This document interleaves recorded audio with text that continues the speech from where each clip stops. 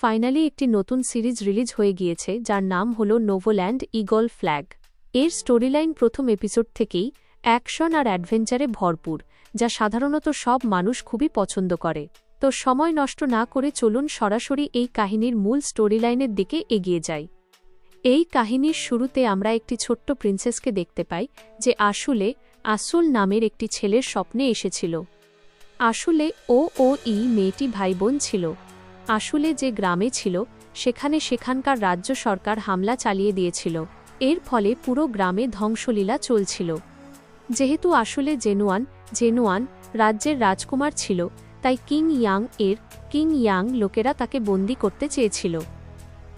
আসলে ঘুম থেকে জেগে উঠে ছোট মেয়ে সুমা জাগিয়ে দেয় এবং বলে যে আমাদের এখান থেকে দ্রুত বের হতে হবে, কারণ আমাদের ওপর হামলা হয়েছে। তখন তার মা সেখানে আসেন এবং আসলেকে বলেন যে তুমি তো কিং ইয়াং বংশের, অর্থাৎ তুমি তাদেরও রাজকুমার, তাই সেনারা তোমার কোনো ক্ষতি করবে না। আসলে বলে, মা আপনি কি জানেন যে এই সব বিপর্যয় আমার কারণেই এসেছে? এই ব্যাপারে ভবিষ্যৎবাণী আগে থেকেই করা হয়েছিল।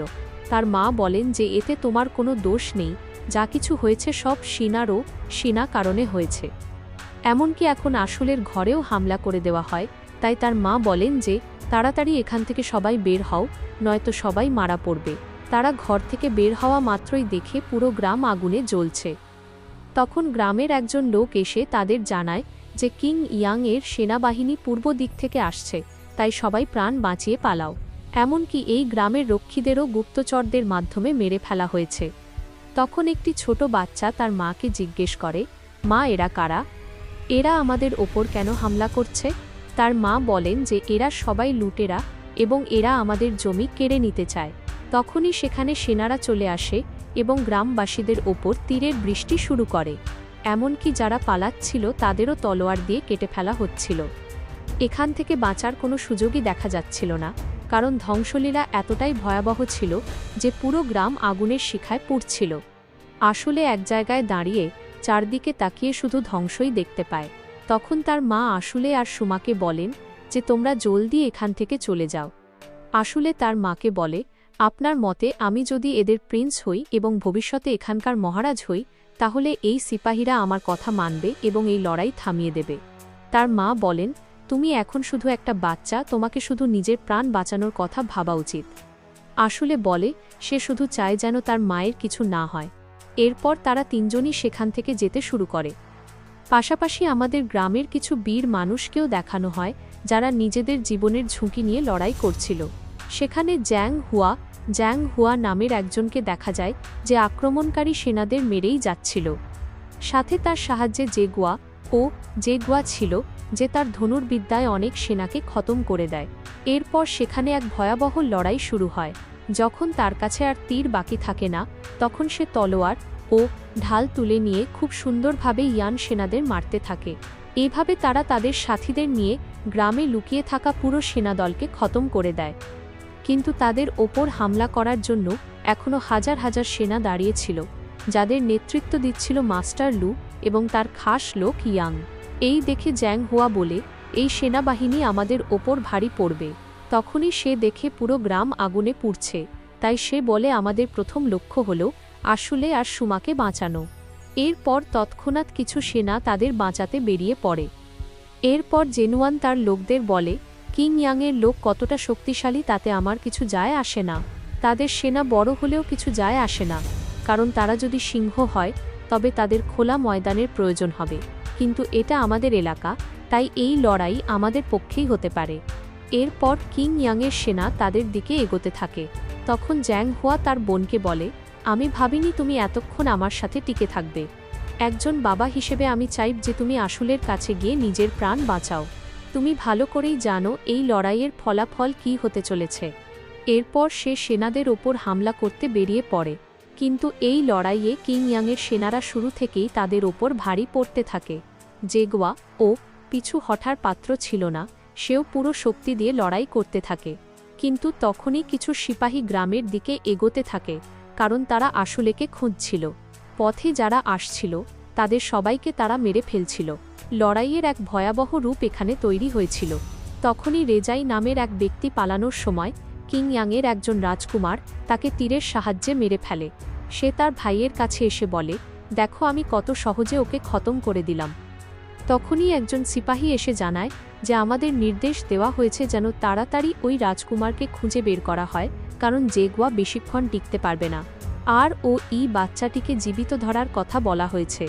দ্বিতীয় রাজকুমার জিজ্ঞেস করে কেন, ও তো একটা ডিজাস্টার স্টার। সে তার দাদাকে জিজ্ঞেস করে ওর এত যত্ন কেন নেওয়া হচ্ছে। বড় রাজকুমার বলে যে ও তো আমাদের ভাই কারণ কিং ইয়াং আর জেনুয়ান একই পরিবারের। দ্বিতীয় রাজকুমার তার সাথীদের বলে যে ওই বাচ্চাটিকে খুঁজে আনবে তাকে বড় পুরস্কার দেওয়া হবে।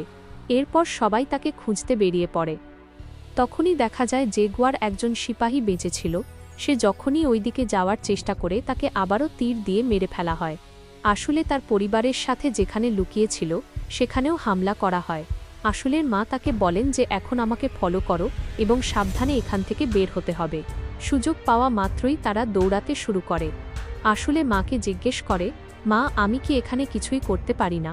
মা বলেন, তোমাকে বেশি ভাবতে হবে না, তুমি শুধু দৌড়াতে থাকো।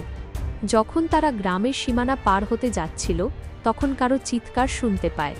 সেখানে এক বৃদ্ধ মহিলার পা কাঠের নিচে আটকে গিয়েছিল। আসলে তার মাকে বলে আমাদের তাকে বাঁচানো উচিত এবং তারা তার প্রাণ বাঁচায়। কিন্তু ওই বৃদ্ধ মহিলা আসলের ওপরই হামলা করে দেয় এবং বলে যে তুমি একটা ডিজাস্টার স্টার, তোমার কারণেই এই সব হচ্ছে, তাই আজ আমি তোমাকে ছাড়ব না। সে আসলের গলা টিপে ধরে। আসলের মা তাকে বাঁচান। ওই বৃদ্ধ মহিলা তবুও বলতে থাকে যে তুমি বেঁচে থাকবে না।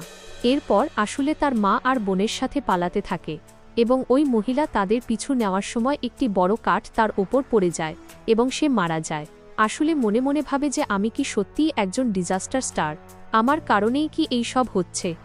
তারা চলে যাওয়ার পর সেখানে মাস্টার লু পৌঁছায়। সে চারদিকে তাকিয়ে দেখে কিভাবে সব কিছু ধ্বংস হয়ে গেছে। সে সিপাহীদের বলে তাড়াতাড়ি প্রিন্সকে খুঁজে আনো। আসলে তার মা আর সুমার সাথে লুকিয়েছিল। তখনই তারা শুনতে পায় কেউ এদিকে আসছে। তারা দেখে যে তারা হলো জেনারেল গ্যালেন। সে জানায় যে মাস্টার জ্যাং হুয়া তাকে বলেছে যে কোনোভাবেই যেন তোমাদের প্রাণ বাঁচে। সে প্রিন্সেস সুমাকে বলে যে তোমার বাবা বলেছেন তোমাকে শক্তিশালী হতে হবে, কারণ এই জায়গা আর নিরাপদ নয়। ঠিক তখনই কিং ইয়াংয়ের এক সিপাহী পেছন থেকে জেনারেল গ্যালেনের পিঠে ছুরি মেরে দেয়। সে আসলেকে দেখে বলে আমি তোমাকেই খুঁজছিলাম, এখন পুরস্কার আমিই পাব। সে যখন আসলেকে ধরতে যায় তখন আসলের মা তার সাথে লড়াই শুরু করেন। এসব দেখে সুমা খুব ভয় পেয়ে যায়। জেনারেল গ্যালেন আহত অবস্থাতে ওই সিপাহীকে ধরে লড়াই করেন, কিন্তু সিপাহীটি নিষ্ঠুরভাবে জেনারেলকে বারবার আঘাত করে মেরে ফেলে। তখনই আসলের মা পেছন থেকে ওই সিপাহীকে মেরে ফেলেন।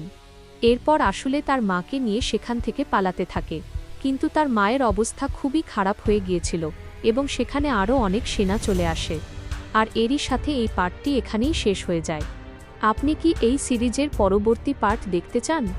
আমাকে কমেন্টে জানান। আমি খুব শীঘ্রই পরের পার্ট নিয়ে আসব। আমি